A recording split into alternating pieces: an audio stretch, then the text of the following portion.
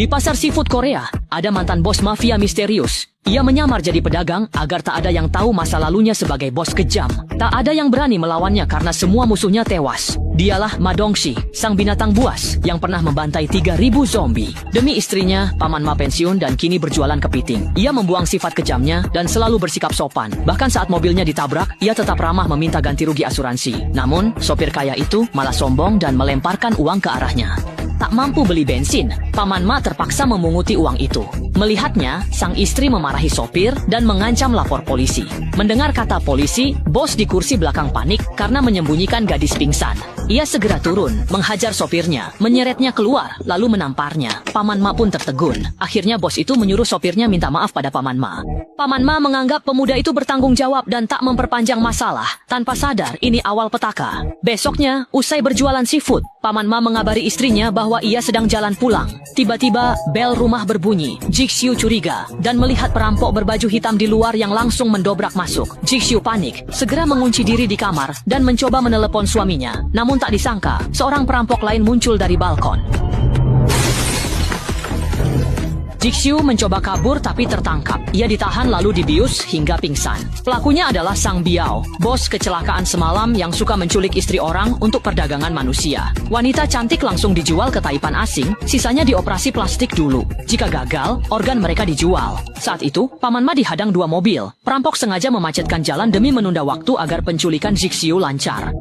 Di rumah, ia melihat kamar berantakan dan istrinya hilang. Pintu dan jendela hancur membuatnya sadar ada bahaya. Ia mencari ke segala arah, tapi hujan deras menghapus semua jejak. Ia ingin memanggil anak buahnya, tapi ia bukan bos lagi. Akhirnya, ia melapor ke polisi. Polisi menemukan CCTV kompleks dirusak dan tak ada petunjuk di lokasi. Polisi hanya menyuruhnya pulang tanpa hasil. Paman Ma keluar kantor polisi. Tiba-tiba ponselnya berbunyi. Sang Biang menelepon dengan arogan, mengancam nyawa istrinya dan meminta bertemu langsung. Mengikuti petunjuk Sang Biang, Paman Ma pulang dan menemukan kartu nama, lalu segera menuju alamat tersebut. Namun, orang itu tak kunjung datang. Saat itulah telepon kembali berdering. Di atas bulan, ada begitu banyak mimpi indah yang terbang bebas di angkasa luas sana. Paman Ma angkat telepon dan diminta membuka kotak di seberang. Isinya tumpukan uang. Biang bilang, itu uang penebus istrinya. Paman Ma tak terima dihina begitu. Saat itu, ia melihat pria menelepon masuk mobil dan langsung mengejarnya. Teman di luar juga melihat orang itu, mengejar dan memotong jalannya. Tapi salah orang. Paman Ma membawa uang ke kantor polisi, namun polisi tak menganggapnya serius. Mereka menahan uang untuk periksa sidik jari. Melihat poster orang hilang dan polisi yang malas, ia pun menyelidiki sendiri. Teman dunia bawah menyarankan mencari bos Xiong yang berkuasa. Konon asal uang cukup, semua bisa diatur. Di Korea, ia bisa menemukan siapa saja. Namun karena bokeh, Paman Ma mencari preman yang berutang padanya. Tak disangka, si preman malah kasar dan enggan membayar. Ia bahkan menyuruh anak buahnya mengusir Paman Ma. Karena meremehkan, anak buahnya langsung memukul wajah Paman Ma. Tapi Paman Ma membalas dengan membanting orang itu ke lemari besi. 2 orang lagi menyerang, tapi mana mungkin menang. Paman Ma dengan mudah melumpuhkan mereka, lalu melempar 1 orang ke meja hingga komputer hancur. Melihat keganasan Paman Ma, para preman pun terpaksa melunasi utangnya. Dapat uangnya, Paman Ma cari bos Xiong yang efisien. Dari video, mereka identifikasi plat nomor, lalu menyamar jadi jaksa guna melacak plat itu. Berbekal info itu, mereka ke pasar gelap bawah tanah. Kakak Jin kira mereka mau jual beli plat, ternyata mereka malah membuat keributan. Milik ayahku. Begitulah adanya. Paman Ma mau bergerak, tapi bos Xiong menahannya dan menggulung koran. Ini mirip pembunuh yang bisa membunuh pakai kertas saja. Namun,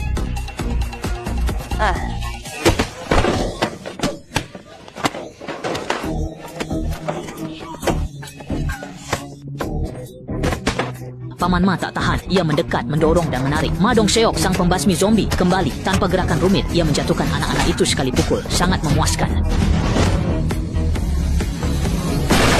Saat anak buahnya berdiri, Paman Ma menabraknya brutal dan menyudahi laga. Di bawah wibawa Paman Ma, kakak Kim jujur lalu memberi kartu nama. Melihat itu, Paman Ma ingat sopir penabraknya dulu punya kartu serupa. Berdasar kartu itu, Paman Ma menemukan si sopir. Tanpa basa-basi, ia menarik rambutnya dan membawanya pulang untuk diinterogasi. Tapi anak itu tetap bungkam. Dia bungkam.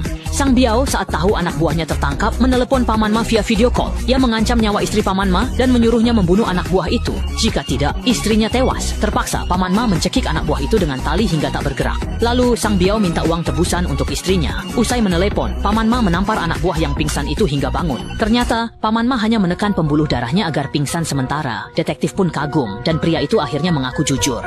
Katanya, tren wanita Korea populer membuat mereka diculik untuk dijual online. Yang cantik dipajang, sisanya dioperasi plastik. Ada juga wanita terlilit utang datang sendiri pada Sang Biao. Dia paham sifat manusia. Saat menculik istri orang, dia menyuap suaminya hingga mereka tega menjual istrinya. Hanya Paman Ma yang datang bukan demi uang. Demi istrinya, Paman Ma harus mengambil uangnya di kantor polisi. Detektif pun turun tangan. Dia dan Pak Zhang menyamar jadi jaksa, masuk ke ruang bukti, lalu menunjukkan identitas mereka dengan berwibawa. Polisi menyerahkan uangnya, tapi saat hampir berhasil, ia harus lapor atasan. Ternyata atasannya belum dapat perintah pusat. Polisi sadar mereka penipu lalu menodongkan pistol. Lauma yang mendengar rencananya gagal segera tancap gas.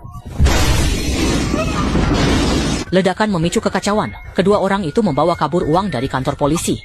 Lauma menjemput mereka agar mudah kabur. Di tempat lain, Jisoo berencana kabur lewat jendela. Ia meminta bantuan seorang gadis berjaga, sementara dirinya membuka sekrup teralis jendela. Dengan bantuan gadis itu, mereka berhasil membengkokkan teralis. Gadis itu pun menyuruh Jisoo kabur duluan. Saat Jisoo memanjat keluar jendela, penjaga mendengar suara lalu bergegas ke sana. Panik, Jisoo nekat melompat dan mendarat selamat di atap lain. Penjaga hendak mengejar, namun dipukul pingsan olehnya dengan besi. Saat ia bersiap kabur, Sang Biao datang. Melihat teralis bengkok, ia terkejut dengan kekuatan mereka. Sementara itu, Jisoo menyetop taksi dan berhasil lolos. Namun, saat hampir sampai di kantor polisi, terjadi macet. Karena sudah dekat, ia pun turun dan berlari melapor. Tapi di depan pintu, Sang Biao langsung menghadangnya.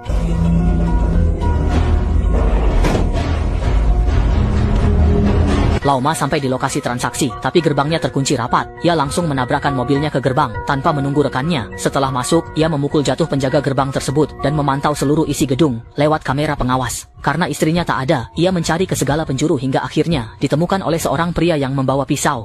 Lauma tetap tenang, dan sama sekali tidak panik. Dengan sebuah tackle, dia membanting pria itu ke dinding. Ayo, ayo. Mendengar suara dentuman, anak buah itu menyadari ada sesuatu yang salah dan diam-diam mengunci pintu. Kemudian, dia menempelkan telinganya ke pintu untuk mendengarkan apakah ada suara, tetapi malah dipukul keras oleh Old Ma. Pria lain yang melihat kejadian itu tetap sangat tenang, membuka bajunya dan bersiap untuk beradu kekuatan dengan Lauma.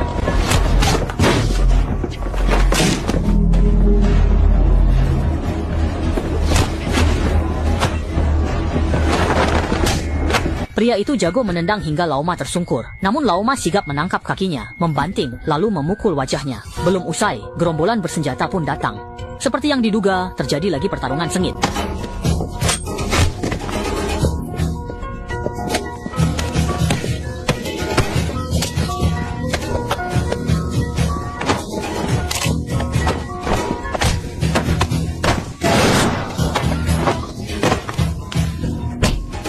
Usai Lauma menjatuhkan semua lawan, muncul pria raksasa di belakangnya. Lauma tak gentar demi menyelamatkan istrinya. Namun lawan kali ini terlalu kuat baginya.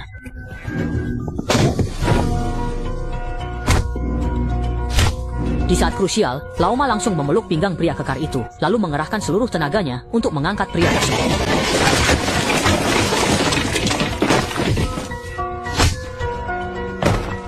Usai menghajar preman, Lauma mencari istrinya di tiap kamar, namun nihil. Melihat teralis jendela patah, ia sadar istrinya sudah kabur. Ia segera memacu mobil untuk mencari, namun berpapasan dengan Sang Biao. Sang Biao panik dan kabur, tapi Lauma terus mengejar. Kedua mobil terlibat aksi kejar-kejaran sengit. Demi istrinya, Lauma nekat. Sang Biao lalu menyandra Jisoo. Khawatir, Lauma pun menyerah. Sang Biao memanfaatkan momen itu untuk menabrak mobil Lauma hingga terpental.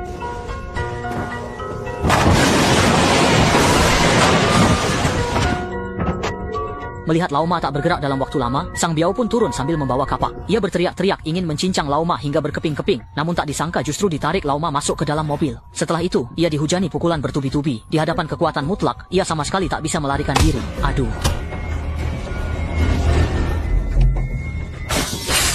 Ia berlutut memohon dilepaskan. Namun Lauma tak terpengaruh, langsung mematahkan tangan Sang Biao, lalu menghajarnya secara brutal. Setelah Sang Biao pingsan, Lauma berhenti. Ia pun teringat istrinya dan berlari mengecek kondisinya. Untungnya, Jisoo tidak luka serius. Pasangan itu pun berpelukan erat.